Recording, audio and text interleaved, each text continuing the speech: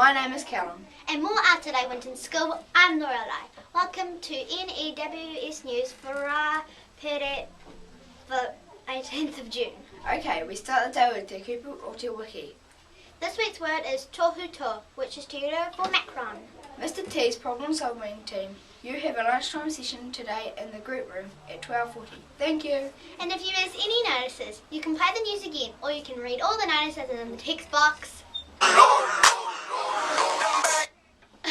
Okay, PTA sausage sizzle and hot chocolates are back on sale tomorrow.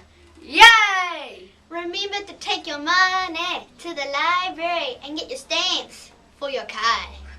And speaking of tomorrow, a record number of students will be away at Southland Cross Country. Go Winton! Good luck everyone! Hi VIZ VESTS. Most students are wearing them to and from school. Please do likewise. Health and safety news. Oil and wet muddy areas around the school are out of bounds. Play away from the mud and water. It's winter. Anyone caught bringing mud inside will be in trouble. Callum. Loralye. Competition time. Okay, production posters for an evening with Aesop are rolling in. If you are into competitions, see Mrs. Reid for information sheets.